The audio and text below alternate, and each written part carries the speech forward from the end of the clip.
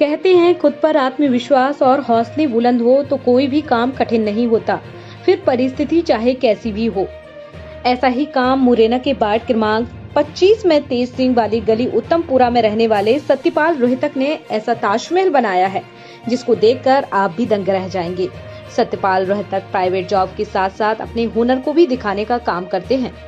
जब हमारे संवाददाता मौके पर पहुंचे तो देखा कि इस युवक ने एक थर्माकोल से ऐसा ताजमहल बनाया जिसे देखने पर यह लगता था कि असली ताजमहल का प्रारूप बनकर तैयार हुआ है। सत्यपाल की माने तो उसका कहना है कि एक गरीब परिवार से हूँ और 15 साल की उम्र से ही मुझे इस तरीके के आइटम बनाने में बहुत शौक रहा है, जिसकी वजह से मैंने छोटे बड़े बहुत से आइटम बनाए हैं, लेकिन खर्चा अधिक आने के कारण मैं अपने हुनर को जनता तक नहीं पहुंचा पा रहा हूं। इसीलिए प्रशासन और सरकार से भी गुजारिश है कि अगर उसको आर्थिक मदद मिलती है तो निश्चित तौर पर बड़ी बड़ी जो देश के अंदर धरोहर इमारतें हैं उनका भी वह थर्माकोल से इमारत बनाएंगे। और वहीं सत्यपाल ने बताया कि इस ताजमहल बनाने में उसको करीबन 6 माह का समय लग गया है।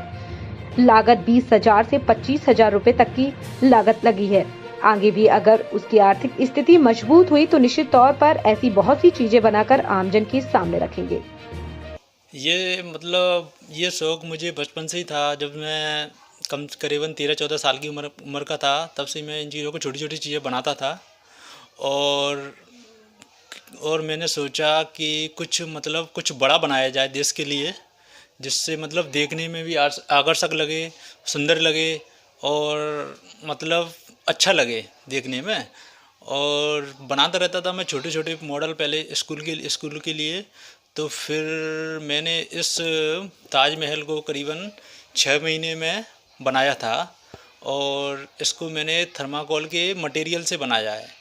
और ये एकदम आपको देखने में बिल्कुल ताजमहल जैसा हूबहू ताजमहल जैसा ही लगेगा।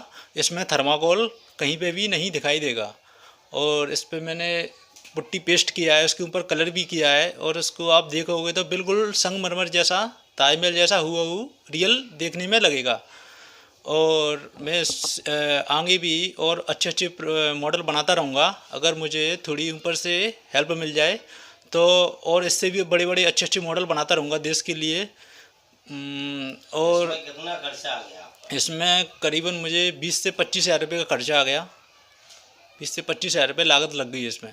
तो अगर सरकार की तरफ से कोई आर्थिक मदद मिलती है तो आगे क्या बनाने का विचार है? किस तरह की आपकी आगे भी ऐसी कई इमारतें बनाता रहूँगा और अच्छी सरकारी इमारतें जैसे कि लाल किला और भी सारी इमारतें बहुत सारी मैं कुछ भी बना सकता हूँ थर्माकोल से।